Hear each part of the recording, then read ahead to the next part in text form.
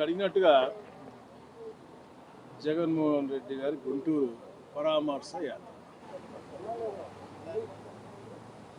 నేను ఒకటే అడుగుతా ఉన్నాను, దేనికి పరామర్శ? కులాల మధ్య మతాల మధ్య చిచ్చులు పెట్టే విధంగా మాట్లాడినందుకు పరామర్శ? ఎదురు వాళ్ళని అమ్మనాభూతులు తిట్టినందుకు వెళ్ళి వాళ్ళని అభినందించడం యాత్ర?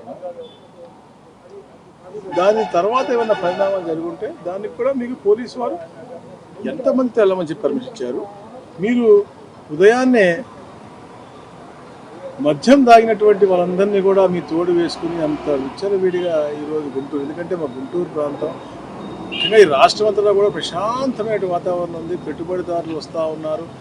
అలాగే ఎంతోమంది ఆంధ్రప్రదేశ్ అభివృద్ధి వైపు చూస్తూ ఉన్నారు, ఈ పునర్నిర్మాణం వైపు చూస్తూ ఉన్నారు, ఒక సుపరిపాలన వైపు చూస్తూ ఉంటే అది డిస్టర్బ్ చేసే విధంగా ఈరోజు ఈ యొక్క దండయాత్రలాగా మీరు వెళ్ళటం నిజంగా బాధాకరం. నేను ఒకటే అడుగుతా ఉన్నాను, కానీ గతంలో ఒక యాత్రకు వెళ్ళారు, అంటే 2-3 సార్లు. ఒకటేమో మ్యాంగోస్కి ధరలు ఇచ్చిన తర్వాత కూడా ధర లేదని చెప్పుకోవడానికి చూపించుకోవడం కోసం పోయారు, దాని ముందు ఈ టొబాకో కోసం పోయారు. అలా అప్పుడప్పుడు అలా కనపడేటువంటి తారలాగా వస్తూ ఉన్నారు, ప్రెస్ మీట్ పెట్టిపోతూ ఉన్నారు. మరి వారి యాత్రలో ఆ రోజున ఇదే ప్రాంతానికి చెందిన సింగయ్య చనిపోవడం జరిగింది. మరి అతన్ని పరామర్శించడానికి పోలేదే? అతనికి పోనీ మీ పెద్ద నాయకులను వెళ్ళారా? అంటే ఈ ఎక్కడైతే కులాల మధ్య చిచ్చు పెట్టగలమో, మతాల మధ్య చిచ్చు పెట్టగలమో అక్కడ మాత్రమే ఈ యొక్క జగన్మోహన్ రెడ్డి ప్రత్యక్షమవుతారు. అబద్ధాలు చెప్పటం, ఎందుకంటే వాళ్ళు పునాదులే చెప్పాం, ఆ పార్టీ పునాదులే అబద్ధాలు. అన్ని రకమైనటువంటి దాడులు, అన్ని రకమైనటువంటి పుకారు లేపడం, అంటే ఒక అనిశ్చితమైన వాతావరణం క్రియేట్ చేయడమే ఈ యొక్క వైఎస్ఆర్సీపీ నాయకుల యొక్క లక్ష్యం. దాంట్లో భాగంగానే ఈ యొక్క పిచ్చి యాత్ర. ఇందులో కూడా నేను చూసాం, వాళ్ళ కుటుంబ సభ్యులతో కూడా పేపర్లు ఇచ్చి ఇష్టానుసారం మాట్లాడిస్తా ఉన్నారు. నేను అడుగుతా ఉన్నాను, వాళ్ళ కుటుంబ సభ్యులు, మా సోదరులైనా సోదరి మనులకు వాళ్ళు కూడా అడుగుతా ఉన్నారు. నేను నిన్న ప్రెస్ మీట్లో చెప్పాను, ఇదే అంబటి ఆ రోజు అసెంబ్లీ సాక్షిగా ఎవరు కూడా కూడనటువంటి మాటలు తూలి మా అధ్యక్షుడు అసెంబ్లీకి రాకుండా అలాగే వారి కంట తడి పట్టిన కారకుడు ఈ అంబటి. అంత అలాంటి పదజాలాలు వాడే అంబటి పైన ఎవరికన్నా కూడా ఇంతన్నా కూడా ఒక మంచి అభిప్రాయం వస్తుందా, సదభిప్రాయం వస్తుందా? కుటుంబ సభ్యులకు కూడా తెలుసు, వాళ్ళ కుటుంబ సభ్యులు కూడా ఇతనికి వ్యతిరేకంగా మాట్లాడిన సంఘటనలు, వీడియోలు ఉన్నాయి.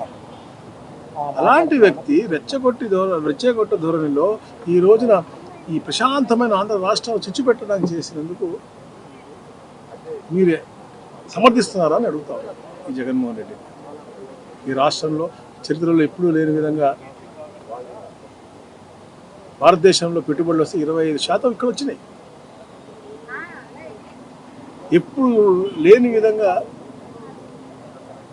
డేటా సెంటర్లు అవ్వచ్చు, క్వాంటమ్ అవ్వచ్చు. రేపు 7వ తారీఖున ఇక్కడ అమరావతిలో క్వాంటమ్ ఓపెనింగ్ ఉంది, సెంట్రల్ మినిస్టర్ వస్తూ ఉన్నారు. అంటే ఒక పాజిటివ్ వాతావరణం ఉంది, దాన్ని చెడగొట్టాలని చెప్పేసి ఈ కుట్ర పడుతూ ఉన్నారు.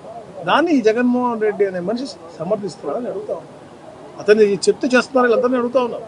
అంటే కులాలు మతాలు మా చిచ్చు పెట్టి అంత నలుమూలలో కూడా వ్యాపింపజేసే విధంగా ఆ శ్రేణిలో ఇవాళ చూడండి, ఆయన యాత్రలో అందరూ కూడా మద్యం సేవించి చుట్టుపక్కల ఎక్కడ కూడా ఎవరు కూడా బండ్ల మీద ఎలాంటి భయపడుతూ ఉన్నారు, అట్లా వెళ్ళేటువంటి యాత్ర. నిజంగా చెప్తా ఉన్నాను, నేను పోలీసు వారికి కూడా చెప్తా ఉన్నాను, ఇలాంటి యాత్రకు ఎంతమంది పర్మిషన్ అంతమంది కట్టుదిట్టం చేయాలి తప్ప ఇట్లా వదిలితే కూడా కరెక్ట్ కాదు. నేను పోలీసు వాళ్ళకి కూడా చెప్తా ఉన్నాను, నెక్స్ట్ టైం నుంచి ఇట్లాంటివి జరిగితే ఈ ప్రజలు చూస్తూ ఊరుకోరు, మనం చూస్తూ ఊరుకున్నా కూడా ప్రజలు చూస్తూ ఊరుకోరు, ప్రజలు దీన్ని హర్షించారు. ప్రజాస్వామ్యాన్ని కూలి చేశారని చెప్పి వాళ్ళు అంటున్నారు. డెమోక్రసీకి అసలు అర్థం కూడా గౌరవ మాజీ ముఖ్యమంత్రి ప్రతిపక్ష హోదా లేనటువంటి ప్రతిపక్ష నాయకుడు జగన్మోహన్ రెడ్డికి తెలుసా అని అడుగుతా ఉన్నాను.